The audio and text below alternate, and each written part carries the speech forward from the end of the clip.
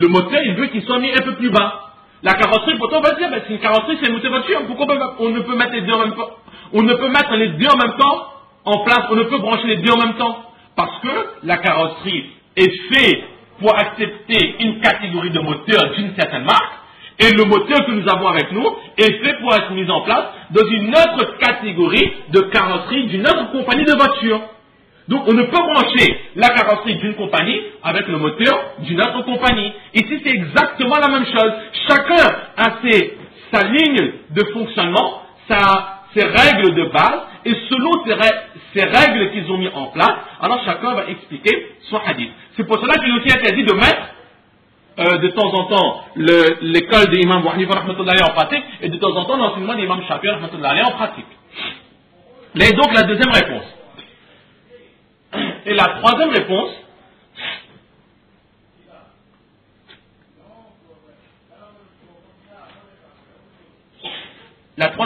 qui peut être donnée à propos de cela est que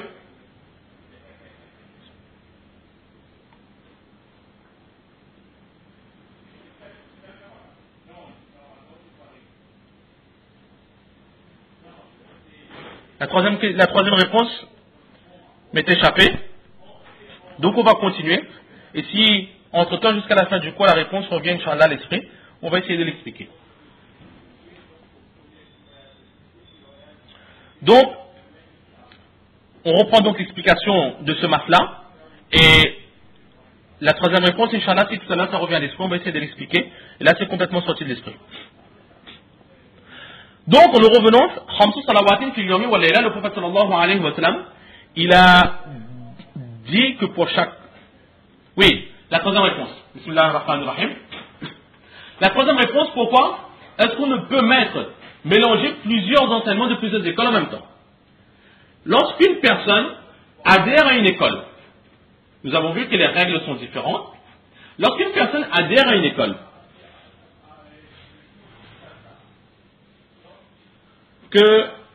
parce qu'en fait, il faut savoir, Mufti Taqi Osmani, Damat Barakatuhum, il écrit dans un livre, il a très bien expliqué cela, qu'à l'époque des compagnons, il n'y avait pas ce genre d'école. Il n'y avait pas exactement ceci. D'où vient cet enseignement qu'il faut suivre absolument à l'imam? D'où vient cela à l'époque du prophète sallallahu alayhi wa sallam? Il n'y avait pas. C'était le prophète sallallahu alayhi wa sallam ce qu'il disait, ben chaque compagnon mettait en pratique les hadiths qu'ils avaient en sa possession. Alors l'imam Mufti Taqi Osmani, Damat Barakatuhum, il dit que, en fait, il y a, à l'époque du prophète sallallahu alayhi wa sallam, il y avait deux catégories de compagnons. Il y avait ces compagnons à qui Allah subhanahu wa ta'ala avait donné cette compréhension de la religion. Eux, effectivement, ils mettaient en pratique, ils avaient un hadith, le prophète sallallahu alayhi wa sallam les avait enseigné quelque chose, ils mettaient en pratique cela. Ils ne regardaient pas comment est-ce qu'Hazrat Abu Bakr Siddiq radiallahu ta'ala faisait, comment est-ce qu'Hazrat Omar radiallahu ta'ala faisait, etc. Ils ne regardaient pas. Ils regardaient directement, ils avaient un hadith, un hadith du Coran, par rapport à cela, ils essayaient de comprendre, selon la compréhension qu'ils avaient, ils mettaient en pratique. Mais ensuite, très brièvement, Mufti Taqi Damat Barakatuhum, il dit qu'il y avait une autre catégorie de compagnons. Ceux à qui Allah subhanahu wa ta'ala n'avait pas donné la même compréhension que la première catégorie. Mais eux, ils avaient pour habitude de s'orienter vers les grands compagnons pour comprendre la religion. De temps en temps, si Hazrat Abu Bakr Siddiq radiallahu ta'ala était présent, ils allaient voir Hazrat Abu Bakr Siddiq radiallahu ta'ala. De temps en temps, si Hazrat Omar radiallahu ta'ala qui était présent, ils se tournaient vers Hazrat Omar radiallahu ta'ala, etc. Maintenant, la question va se poser, ben, eux, ces compagnons, ils allaient voir plusieurs imams, parfois Hazrat Abu Bakr, parfois Hazrat Omar, etc. Ben, nous, pourquoi on n'a pas le droit d'aller voir plusieurs personnes? Alors, Mufti Taqi, il écrit, il dit qu'il y avait une autre catégorie, c'était certains compagnons, vers qui le prophète sallallahu alayhi wa sallam, il avait dit, que si par exemple vous avez une question sur les tafsirs, alors demandez à tel compagnon. Si vous voulez savoir quelque chose sur le partage du patrimoine héritage, allez voir un tel compagnon.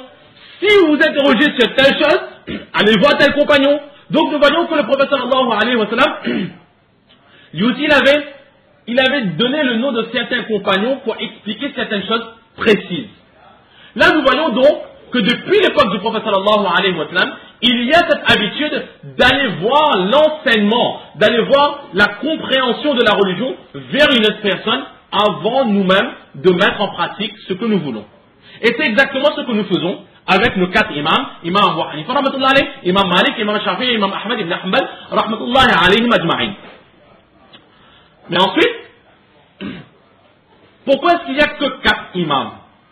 Là, nous voyons qu'au fur et à mesure que l'islam a progressé, que les époques se sont succédées, la compréhension qu'avaient les compagnons radiyallahu ta'ala anhum, et la compagnon qu'au fur et à mesure s'est propagée, il y a eu une certaine diminution. La compréhension de l'islam, l'ouverture d'esprit qu'Allah subhanahu wa ta'ala avait donné pour la religion, au fur et à mesure, cela a commencé à se perdre. La mémoire qu'Allah subhanahu wa ta'ala avait accordée aux compagnons, cette même mémoire, aujourd'hui nous ne l'avons plus. Donc au fur et à mesure. Et à un certain moment, ces 4 imams, Allah subhanahu wa ta'ala les a choisis, justement que par eux, par leur fait, par leur flux spirituel, par leur piété, etc., Allah a fait en sorte que leur enseignement s'étale sur tout le monde en entier. Et ces 4 imams sont devenus la référence.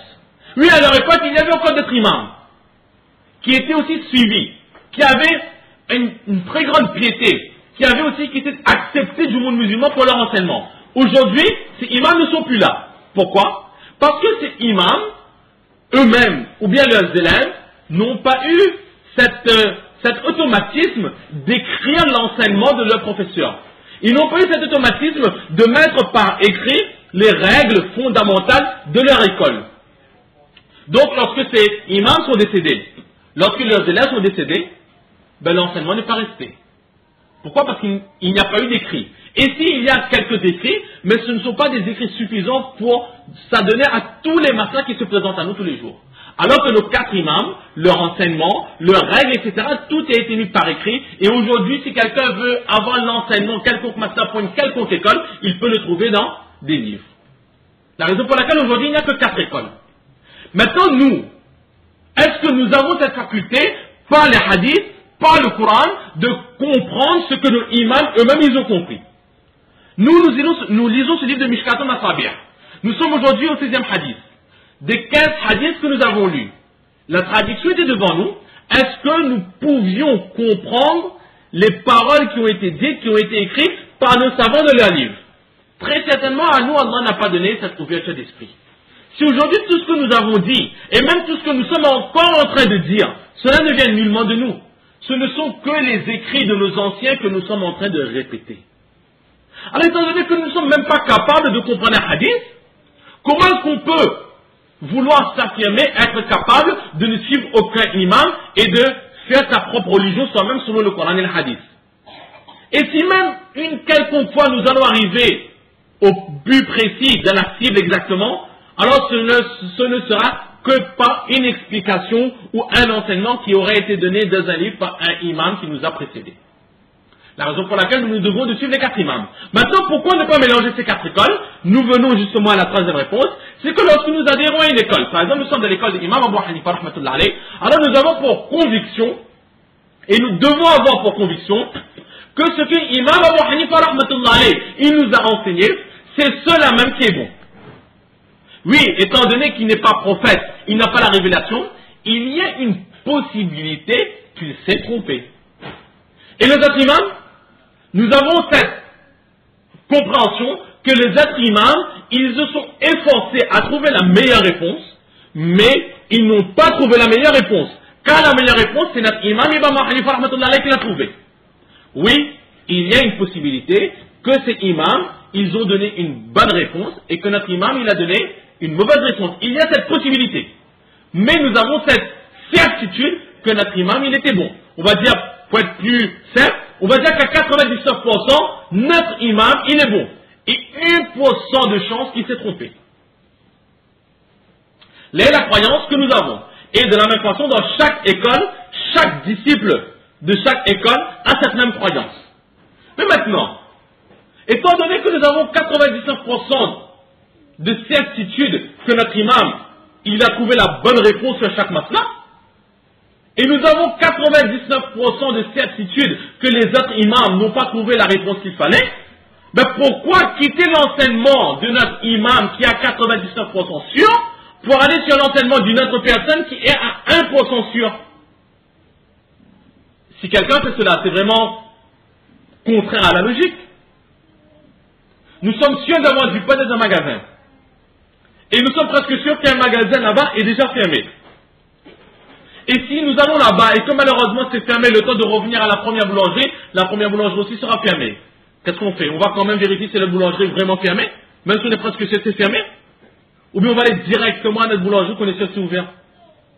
Ben pour les écoles, c'est exactement la même chose. La raison pour laquelle on ne peut mélanger l'enseignement de plusieurs écoles en même temps. Donc l'idée, juste pour mieux comprendre vraiment dans les grosses lignes, l'enseignement des 4 écoles. Donc maintenant nous venons sur ces masses-là que nous allons essayer de comprendre dans ce hadith. Ces prières qui sont obligatoires le jour et la nuit. Cette personne, Zamar ibn Salaba, qu'est-ce qu'il dit? Au prophète d'Allah, à part ces 5 prières obligatoires, est-ce qu'il y a une prière obligatoire sur moi? Le prophète sallallahu alayhi wa sallam, qu'est-ce qu'il dit? Là, non. Zamar ibn Salaba, à part ces 5 prières obligatoires, il n'y a aucune autre prière qui est obligatoire sur toi. Les 5 prières obligatoires sont Fajr, Zuhar, Asr, Maghrib et Isha. À part ces 5 prières, il n'y a aucune autre prière qui est obligatoire sur toi. Imam Shafi'i, rahmatullah, il a vu ce hadith. Il a dit, regardez, dedans il est clair. Le prophète sallallahu alayhi wa sallam, qu'est-ce qu'il a dit? Il n'a pas dit qu'il y a 6 namazes obligatoires. Il a dit qu'il y a 5 namazes obligatoires. Alors vous, de quel droit est-ce que vous pouvez dire que Vita c'est obligatoire? Non, Vita c'est pas obligatoire. Oui, Vita, le prophète sallallahu alayhi wa sallam le faisait. Mais dans ce hadith, le prophète il a clairement dit qu'il n'y a pas les 5 prières obligatoires, il n'y a aucune autre prière qui est obligatoire. Donc le Vita, on ne peut le faire obligatoire, car le prophète sallallahu alayhi wa sallam a clairement dit qu'à part les 5 prières, Zohar, Fajr, Asr, Maghrib et Isha, il n'y a aucune prière qui est obligatoire. Donc nous ne pouvons dire que c'est obligatoire. Quand le prophète l'a fait, dans les hadiths on parle de vital, etc., on va dire que c'est une sunnat mu'akkada.